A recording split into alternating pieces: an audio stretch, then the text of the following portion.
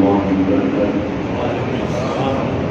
الحمد لله رب العالمين، والصلاة والسلام على سيد الأنبياء والمرسلين وعلى آله الطيبين الطاهرين وأصحابه الأكرمين أجمعين. أعوذ بالله من الشيطان الرجيم. بسم الله الرحمن الرحيم.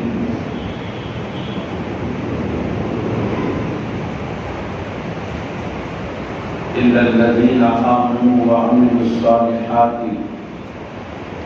لهم أجر غير ممنون. صدق الله المولانا العظيم وصدق رسوله النبي الأمين الكريم، ونحن على ذلك من الشاهدين والشاكرين. إن الله وملائكته يصلون على النبي يا أيها الذين آمنوا صلوا عليه وسلموا تسليما. اللهم صل على سيدنا شفيعنا ومولانا محمد وعلى آل سيدنا شفيعنا ومولانا محمد وبارك وسلم صلاة وسلاما عليك يا رسول الله. اللہ تبارک و تعالیٰ کا فضل و کرم ہے کہ اس نے ہمیں آقائے نامدار مدنی تاجدار دو عالم کے مالک و مختار گلشن ہستی کی برین فصل بہار سید عالم نور مجسم راحت عالم مغنی عالم سیدنا محمد مصطفیٰ احمد مصطفیٰ صلی اللہ علیہ وآلہ واصحابہ وسلم کی امت میں پیدا فرمایا. ہم اور آپ ارحم الراحمین کی بارگاہ میں جمع ہیں. دعا کرتے ہیں پروردگار ہمارے عبادات کو اپنے حبیب صلی اللہ علیہ وسلم کے طفیل شرف عبودیت عطا فرما.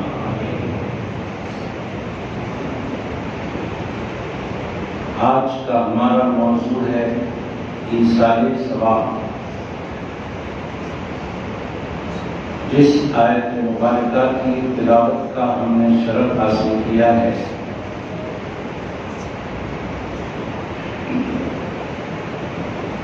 اس آیت مبارکہ کا ترجمہ ہے جو لوگ ایمان لائے اور نیک عمل کیے ان کے لیے ایسا ثواب ہے جو کبھی ختم نہ ہوگا، ہمیشہ ہمیشہ کے لیے ثواب. ایک ایسا گناہ ہے جو کبھی ختم نہیں ہوتا، وہ ہے شرک، کفر.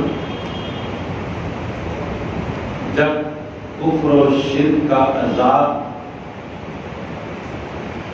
انسان کو ملتا ہے تو وہ ہمیشہ ہمیشہ کے لیے رہتا ہے.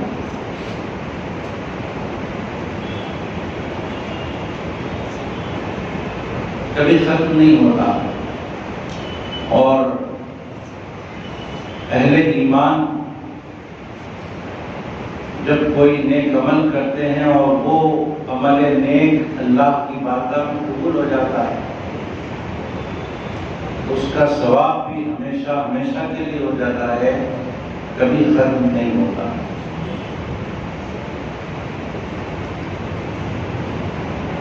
حاضرین محترم، جب تک انسان اس دنیا میں ہے وہ نیک عملی کی زندگی گزارتا ہے، اس کو نیکیاں ملتی رہتی ہیں اور کوئی نیکی بغیر ایمان کے قابل قبول نہیں ہوتی. غیر مسلم بھی بہت سارے اچھے اچھے کام کرتے ہیں، فلاحی کام کرتے ہیں، بھوکوں کو کھلاتے ہیں، پیاسوں کو پلاتے ہیں، ننگوں کو پہناتے ہیں، لوگوں کی، غریبوں کی مالی مدد کرتے ہیں، بہت سارے اچھے کام کرتے ہیں غیر مسلم، لیکن اس کا بدلہ اللہ تبارک و تعالیٰ انہیں دنیا میں ہی دے دیتا ہے۔ آخرت میں دنیا کے ان کے لیے نیک کاموں کا کوئی بدلہ آخرت میں نہیں رہتا۔ آخرت میں نیک کاموں کا بدلہ انہیں کو ملے گا جو مومن ہوں گے، مسلمان ہوں گے۔ اہل ایمان کے لیے آخرت میں نیکیوں کا بدلہ ہے، اللہ قبول کرے۔ لیکن غیر مومن کے لیے آخرت میں کوئی نیکی کا بدلہ نہیں ہے۔ ایک ایمان والا جب تک اس کی زندگی اس دنیا میں ہے اچھے اچھے کام کرتا رہا، نیک عملی کی زندگی گزارتا رہا، اس کو نیکیاں ملتی رہی۔ لیکن جیسے ہی اس کا انتقال ہوا،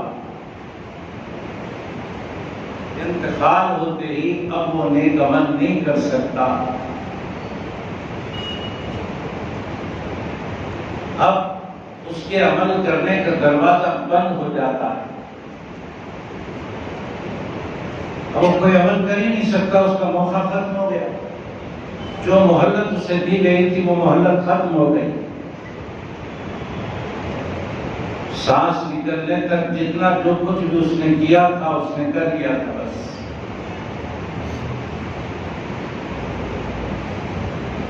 بعض لوگوں کا یہ خیال ہے کہ جب تک انسان زندہ رہا اپنے لیے نیک کام کر لیا بس وہی اس کے لیے، اب اس سے زیادہ اس کو نہیں ملنے والا۔ اور دلیل میں ایک فرمان الہی پیش کرتے ہیں اور کہتے ہیں لیس للانسان الا ما سعی۔ ان کے پاس بھی دلیل ہے۔ اس دنیا میں راہ راست پر بھی لوگ ہیں اور گمراہی پر بھی لوگ ہیں، اور لطف کی بات تو یہ ہے جو صراط مستقیم پر ہے اس کے بعد بھی دلیل ہے، اور جو گمراہ ہو گیا وہ بھی اپنے پاس دلیل رکھتا ہے، قرآن کی دلیل رکھتا ہے، حدیث کی دلیل رکھتا ہے، حالانکہ وہ گمراہ ہے مگر دلائل اس کے پاس بھی ہوتے ہیں۔ تو معلوم کیا ہوا؟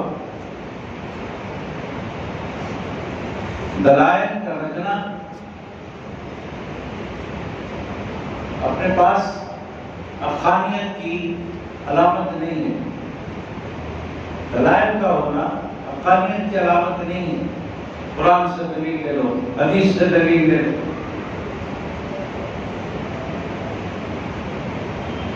دلائل کے ذریعے اپنا موقف ثابت کرنا یہ حقانیت کی دلیل ہے، یہ حقانیت کی علامت ہے۔ قرآن کریم ایک ایسا کلام ہے کہ کسی ایک آیت کو لے کر ہم فیصلہ نہیں کر سکتے۔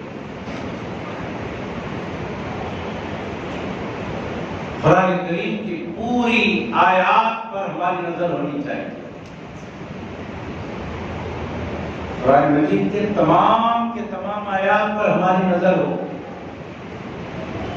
تب کہیں جا کر ہم کسی موقف کے بارے میں بات کر سکتے ہیں، ورنہ ایک جگہ ایک بات لکھی ہوتی ہے کہ کوئی کسی کو نہیں بخشائے گا، ہر ایک کو اپنے عمل کا جواب دینا پڑے گا۔ قرآن میں کہیں ایسا لکھا ہوتا ہے، اور کہیں لکھا ہوتا ہے کہ قیامت کے دن ہماری اجازت سے ہمارے بندے گناہگاروں کو بخشوائیں گے۔ تو کہیں یہ لکھا ہوتا ہے کہ کوئی نہیں بخشوائے گا، ہر ایک کو اپنے عمل کا حساب دینا پڑے گا۔ کہیں لکھا ہوتا ہے کہ ہمارے نیک بندے بخشوائیں گے، انہیں ہم خود اجازت دیں گے، یہ لکھا ہوتا ہے۔ اب اگر کسی بندے نے یہ آیت پکڑ لی کہ کوئی کسی کو نہیں بخشوائے گا، ہر ایک کو اپنے عمل کا حساب دینا پڑے گا، بس اسی ایک آیت کو پکڑ کر وہ بولنے لگے گا کہ کوئی کسی کو نہیں بخشانے والا ہے، قرآن میں آ گیا، یہ اس کا موقف غلط ہوگا۔ دوسری جگہ تو لکھا ہے بخشوائیں گے۔ ایک جگہ آتا ہے وَلَا تَزِرُ وَازِرَةٌ وِزْرَ أُخْرَىٰ، بندے کو وہی ملے گا جو اس نے کیا ہے، ہر ایک کو اپنے اپنے عمل کا حساب دینا ہوگا۔ دوسری جگہ آتا ہے مَنْ ذَا الَّذِي يَشْفَعُ عِندَهُ إِلَّا بِإِذْنِهِ، کون ہے جو ہماری اجازت کے بغیر شفاعت کرے، ہم جس کو اجازت دیں گے وہ شفاعت کرے گا۔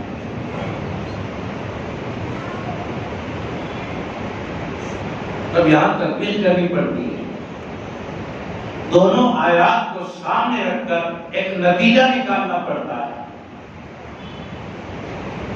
ایک آیت کو پکڑ لیں گے بات پوری نہیں ہوگی، تمام آیات کو پیش نظر رکھنا پڑے گا، تب کہیں ہم فیصلہ کن بات کرنے کے موقف میں ہوں گے۔ ویسے ہی لوگوں نے ایک آیت پکڑ لی،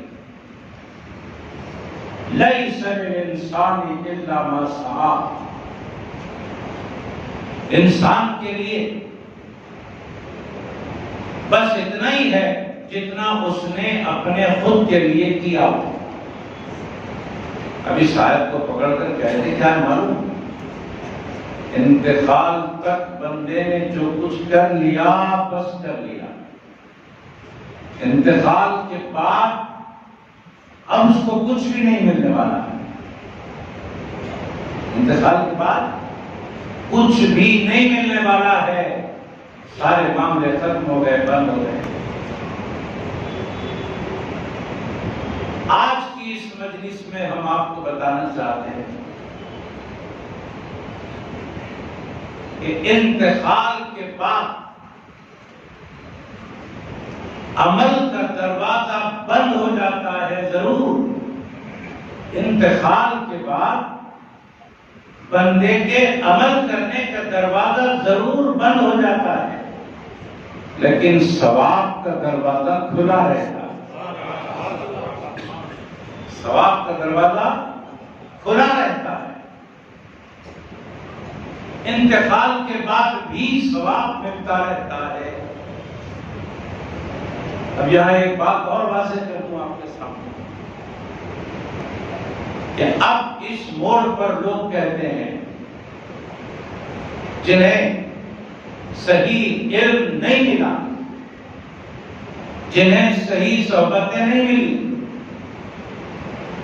ماہرین کی صحبتوں سے جو محروم ہیں، وہ کہتے ہیں ہاں ہاں بھائی، انتقال کے بعد ثواب کا سلسلہ تو جاری رہتا ہے، مگر اسی ثواب کا سلسلہ جاری رہتا ہے جو کچھ اس نے اپنی زندگی میں ثواب جاریہ کے لیے کیا تھا، اتنا ہی ملتا ہے اس شہر کرنے۔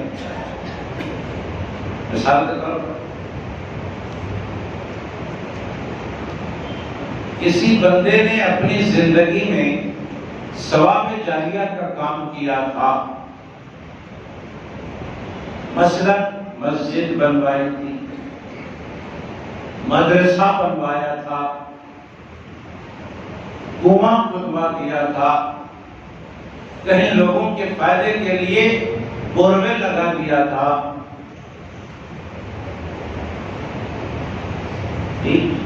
اس قسم کے کام کر کیا ہے، فلاں ہی کام کر دیا، اور اس کے انتقال کے بعد بھی اس کے کیے ہوئے کاموں سے لوگ فائدہ اٹھا رہے ہیں۔ تو جب تک لوگ فائدہ اٹھاتے رہیں گے انتقال کے بعد بھی اس کو ثواب ملتا رہے۔ دوسرا، زندگی میں کسی بندے نے لوگوں کو علم سکھایا تھا، علم سکھایا، تو علم سیکھنے والے اس علم سے فائدہ اٹھاتے ہیں۔ جب تک لوگ فائدہ اٹھاتے رہیں گے اس کے سکھائے ہوئے علم سے، اس مرحوم کو ثواب ملتا رہے گا۔ عمل تو نہیں کر پا رہا، عمل کرنے کا قصہ ختم ہو گیا، لیکن ثواب کا سلسلہ جاری ہے۔ ثواب جاریہ کے کام کیا تھا، جاری ہے ثواب کا ملنا۔ انتقال کے بعد بھی لوگوں کو تعلیم دیا تھا، کسی کو ہنر سکھایا تھا۔ تعلیم کا مطلب یہ نہیں کہ علم سکھایا، ہنر سکھایا تھا، وہ ہنر سے لوگ فائدہ اٹھا رہے ہیں، ثواب ملتا رہے۔ تیسری چیز، زندگی میں اولاد کا باپ بنا، ماں بنی اور انتقال ہو گیا، اور جب تک دنیا میں رہا اپنی اولاد کو اچھی تربیت دیتا رہا، انہیں نیک انسان بنایا، انتقال ہو گیا، اب وہ اولاد نیک کاموں میں لگی ہوئی ہے، تو اولاد جتنا نیک کام کرتی جائے گی وہ ثواب اولاد کو مل کر ماں باپ کو بھی ملے گا۔ یہ تین ذریعے ہیں انتقال کے بعد بھی ثواب ملنے کے، تین ذریعے ہیں۔ تو بعض لوگوں کا کہنا ہے یہ تین کام اس نے دنیا میں کیے تھے نا، اس کے کیے کا ثواب اس کو مل رہا۔ کچھ ایسے عمل ہیں بند ہوتے ہی ثواب بھی بند ہو گیا، اور یہ تین عمل ایسے ہیں اسی نے کیا تھا، انتقال کے بعد بھی اس کو خود اس کے کیے ہوئے عمل کا بدلہ مل رہا ہے۔ اگر کوئی دوسرا آدمی اس کے لیے ثواب پہنچانا چاہے وہ نہیں پہنچتا۔ میں آپ کو ایصال ثواب کے بارے میں لوگوں کی مینٹالٹی بتا رہا ہوں، لوگوں کی سوچ، مختلف لوگوں کی مختلف سوچ بتا رہا ہوں۔ اب کیا بولتے ہیں معلوم؟ یہ تین ذریعے سے ثواب ملتا ہے اس کو، لیکن دوسرے اگر کریں اس کے لیے تو نہیں پہنچتا، خود اس کا کیا ہوا ہے نا وہ پہنچتا ہے۔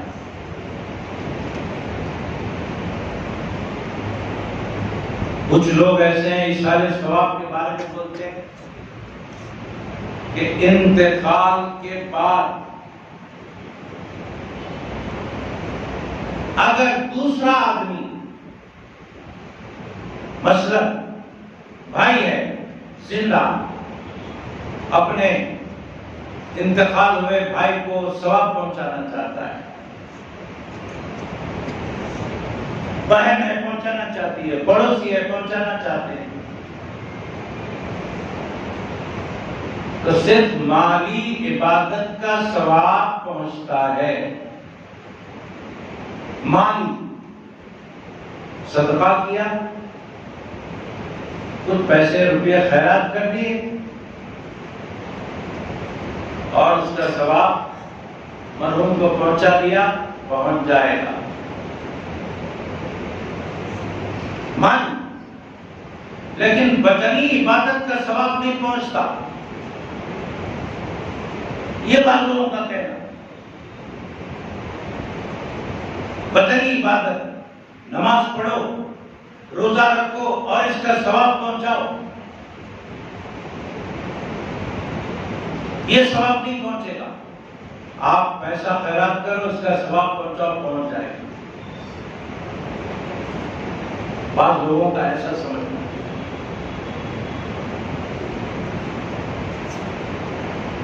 بعض لوگوں کا یہ سمجھنا ہے کہ انتقال کے بعد اولاد اگر نیک کام کرے گی تو اس کا ثواب پہنچے گا، دوسرے لوگ کریں گے تو نہیں پہنچے گا۔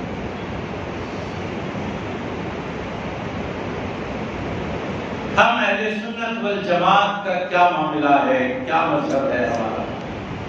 ایثار ثواب کے بارے میں اہل سنت والجماعت کا کیا بولنا ہے؟ ایک جملے میں سن لیجیے، انتقال کے بعد مرحوم کو ثواب پہنچانے کے لیے مالی، بدنی، ختم قرآن، لوگوں کو کھانا کھلانا، کوئی بھی نیکی کرے آپ، وہ پہنچانا چاہیں تو وہ نیکی پہنچ جاتی ہے۔ زیادہ مسائل میں گرنے کی ضرورت نہیں ہے۔ انتقال ہو گیا کسی کا، اس کو ثواب پہنچانا چاہتے ہیں۔ اب آپ مالی عبادت کر کے پہنچائیے، آپ بدنی عبادت کر کے پہنچائیے، آپ تلاوت قرآن کر کے پہنچائیے ثواب، آپ کچھ بھی نیک کام کر کے ثواب پہنچائیے، وہ ثواب پہنچ جاتا ہے۔ اب بعض لوگ کہتے ہیں کہ ہم وہی مانیں گے، ہم وہی مانیں گے جو قرآن اور حدیث میں آ گیا، اس سے ہٹ کے ہم نہیں مانیں گے، یہ بولتے ہیں لوگ۔ اور سے سننا ہر بات بڑی کام کی بات ہے، گمراہ ہونے سے بچ جاؤ گے، کیونکہ آگے والا جو آ رہا ہے ہم کو گمراہ کرنے کے لیے قرآن حدیث کا نام لے کے آ رہا ہے اور بول رہا ہے کہ قرآن حدیث میں جو ہے ہم وہی مانیں گے، اس سے ہٹ کے ہم نہیں مانیں۔ حدیث میں آیا، ایک صحابی آئے حضور کے پاس، سرکار میرے والد کا انتقال ہو گیا، والدہ کا انتقال ہو گیا، میں کیا کروں؟ سرکار علیہ السلام نے فرمایا کنواں کھودوا دو، لوگ پانی لیں گے اور وہ جب تک پانی لیتے رہیں گے، لوگ فائدہ لوگ حاصل کرتے رہیں گے، تمہاری ماں کو اس کا ثواب ملتا رہے گا۔ ایک خاتون آئی سرکار کی بارگاہ میں، عرض کی کہ میری والدہ کا انتقال ہو گیا، میں ان کے لیے کیا کروں؟ کیا میں ان کے لیے خیرات کروں، انہیں ثواب پہنچے گا؟ آقا علیہ السلام نے فرمایا ہاں ہاں پہنچے گا، خیرات کرو پہنچے گا۔ اب یہ ہمارے بھائی لوگ کیا بولتے ہیں معلوم؟ حدیث میں پانی کا ذکر آیا، حدیث میں خیرات کا، پیسے خیرات کرنے کا ذکر آیا، اس سے ہٹ کے ہم نہیں مانتے، بس جو آ گیا ہے وہی مانتے ہیں، اس سے ہٹ کے نہیں مانتے۔ اہل سنت والجماعت کا کہنا ہے کہ اللہ تبارک و تعالیٰ اور اللہ کے نبی علیہ السلام اگر کہیں کچھ ارشاد فرما دے تو وہ تو کام جائز ہو ہی جاتا ہے، اور اس جیسے دوسرے سارے کام جائز ہو جاتے ہیں۔ یہ بات یاد رکھیں۔ مثال کے طور پہ سنا رہا ہوں، قرآن کریم میں آیا کہ ماں باپ کا احترام کرو، اولاد سے فرمایا جا رہا ہے ماں باپ کا احترام کرو، قرآن میں آیا۔ اور جب ماں باپ پر تمہیں غصہ آئے تو غصے کی حالت میں اف تک مت بولو، اف۔ جب آدمی غصے میں آ جاتا ہے تو کم سے کم کیا بولتا ہے؟ اف۔ زیادہ سے زیادہ ماں باپ کو مار دیتا ہے، ماں باپ کو گالیاں دیتا ہے، ماں باپ کو ڈھکیل دیتا ہے۔ یہ بڑے کام ہیں، دھکیل دینا، مار دینا، گالیاں دینا، یہ تو بہت بڑی بات ہوئی۔ اللہ تو اف بولنے سے بھی منع کر رہا ہے۔ ماں باپ پہ غصہ آیا، اف تک نہیں بولنا، یہ اف بولنا کم سے کم ہے، کم سے کم ہے اف بولنا، اور اللہ اس سے بھی منع کر رہا ہے۔ اب اگر کوئی قرآن کی آیت پڑھ کے بولے ماں باپ پہ مجھے غصہ آیا تھا، میں نے ماں باپ کو مار دیا، ہم اگر پوچھیں ارے نادان، ماں باپ کو مارنے سے اللہ نے منع کیا ہے؟ وہ بولے گا قرآن میں بتاؤ، اور ہم یہ بتائیں کہ آیت اف مت بولو، تو وہ جاہل بولے گا اللہ نے اف بولنے سے منع کیا ہے، مارنے سے منع نہیں کیا ہے۔ تو کیا اس کی بات صحیح ہوگی؟ اللہ نے گالی دینے سے منع نہیں کیا، اللہ نے ڈھکیلنے سے منع نہیں کیا، اللہ نے مارنے سے منع نہیں کیا، اف بولنے سے منع کیا۔ میں تو اف نہیں بول رہا ہوں، میں تو مار رہا ہوں ماں باپ۔ یہ بات سمجھ میں آنے والی نہیں ہے، یہ بات عالمانہ نہیں ہے، جاہلانہ بات۔ اللہ اور اللہ کے رسول علیہ السلام کچھ فرما دے تو پھر اس فرمان کے تحت جتنی چیزیں آتی ہیں ان ساری چیزوں کو ماننا پڑتا ہے۔ اللہ نے اف کہنے سے منع کیا تو اف کہنا بھی ماں باپ کو غلط ہے، ان کو مارنا بھی غلط ہے، انہیں جھڑکی دینا بھی غلط ہے، انہیں گالی دینا بھی غلط ہے، اف بولنا غلط ہے، تو یہ ساری چیزیں خود بخود غلط ہو گئی۔ ہوا نا ایسا؟ ایسے تو ایسی مثالوں سے ہم کو سمجھ لینا چاہیے۔ اف کہنے سے منع کیا، ساری چیزیں منع ہو گئی۔ ایسے ہی اللہ کے نبی علیہ السلام نے ارشاد فرمایا کہ ہاں ثواب پہنچتا ہے، کنواں کھدوا دو، کیونکہ کنواں کھدوانا لوگوں کے فائدے کی چیزیں نیک عمل ہے، اور صدقہ و خیرات کر دو، ثواب پہنچتا ہے، یہ بھی اچھا کام ہے۔ تب ہمیں یہ نہیں دیکھنا ہے کہ کون سا کام کرنے سے ثواب پہنچانے کی بات کی گئی ہے، ہمیں اصل بات دیکھ لینا ہے کہ زندہ آدمی مرحوم کو اگر کچھ پہنچانا چاہتا ہے تو پہنچتا ہے یا نہیں پہنچتا، یہ دیکھنا۔ پہنچنا تو ثابت ہو گیا، اب کوئی بھی نیک کام کریے پہنچائیے، تلاوت قرآن کیجیے پہنچائیے۔ اب حدیث میں یہ تو نہیں آتا کہ یہ کر کے پہنچانا۔ ایک بات یاد رکھ لیں، قرآن اور حدیث میں جتنی ممنوع چیزیں ہیں ان کا تذکرہ ہے، ان کی تفصیل ہے، ناجائز چیزوں کی تفصیل ہے، جائز چیزوں کی تفصیل نہیں ہے۔ یہ بٹھا لیجیے ذہن میں۔ اللہ نے، اللہ کے رسول علیہ السلام نے جو ناجائز ہے ان کی تفصیل بتا دی، یہ ناجائز، یہ ناجائز، یہ ناجائز، یہ ناجائز، یہ ساری چیزیں ناجائز ہیں، اس سے ہٹ کر سب جائز ہے۔ یہ فائدے کلیہ، یہ بات یاد رکھیں آپ لوگ۔ تو جب ہم نیک کام کر کے مرحومین کو پہنچانا چاہتے ہیں ثواب، تو چاہے اولاد پہنچاؤ، چاہے پڑوسی پہنچائے، چاہے دوست پہنچائے، کوئی بھی پہنچائے، اور کوئی بھی نیک عمل کر کے پہنچائے، وہ ثواب مرحومین کو پہنچتا ہے، یہ حدیثوں سے ثابت ہے۔ اللہ کے رسول علیہ السلام نے فرما دیا پہنچتا ہے، بس کوئی بھی نیک کام کیجیے، مرحومین کو پہنچائیے، پہنچ جاتا ہے۔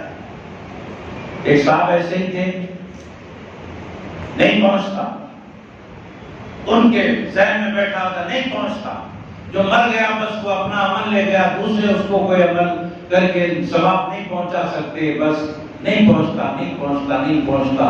سمجھانے والے سمجھاتے رہے. آخر میں پوچھا آپ کے ابا حضور زندہ ہیں انتقال ہو گیا؟ بولے نہیں انتقال ہو گیا. فوراً اس نے کہا تمہارے باپ پہ لعنت ہو. باپ کو گالی دے دیا, تمہارے باپ پہ لعنت ہو. فوراً آگے والا غصے میں آ گیا, ہاں میرے باپ پہ لعنت بھیجتے ہو؟ یہ صاحب نے کہا ثواب نہیں پہنچتا, لعنت پہنچ گئی. آپ کو غصہ کیوں آ رہا؟ آپ بول رہے ثواب نہیں پہنچتا, تو ثواب نہیں پہنچتا تو لعنت بھی نہیں پہنچنا چاہیے. میں نے لعنت بھیجی, آپ غصے میں آ گئے. آپ لعنت کے پہنچنے کو مانتے ہیں, ثواب کے پہنچنے کو نہیں مانتے. یہ عجیب بات ہے. حدیثوں کی روشنی میں مرحوم کے لیے ہم جو کچھ بھی کرتے ہیں, ختم قرآن کرتے ہیں, غریبوں کو کھانا کھلاتے ہیں, امیروں کو کھانا کھلاتے ہیں. کھانے پینے میں کوئی غریب امیر نہیں ہوتا. جب بھوک لگتی ہے تو غریب بھی بے چین ہوتا ہے, امیر بھی بے چین ہوتا ہے. بھوکوں کو کھلاتے ہیں, پیاسوں کو پلاتے ہیں اور دعا کرتے ہیں اللہ اس کا ثواب پہنچا دے. اللہ تبارک و تعالیٰ وہ ثواب مرحوم کو پہنچاتا ہے. یہ حدیثوں سے آیا, میں اپنی طرف سے نہیں بول رہا ہوں, حدیثوں سے ثابت. یہ بات ضرور ذہن میں رکھیں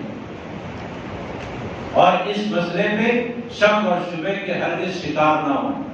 اگر کوئی آپ سے پوچھے تو آپ کھل کر ایثار ثواب کے بارے میں یہ ساری باتیں بتا دیں جو برحق باتیں, قرآن اور حدیث کے مطابق باتیں. اسی پر اپنی بات ختم کرتا ہوں.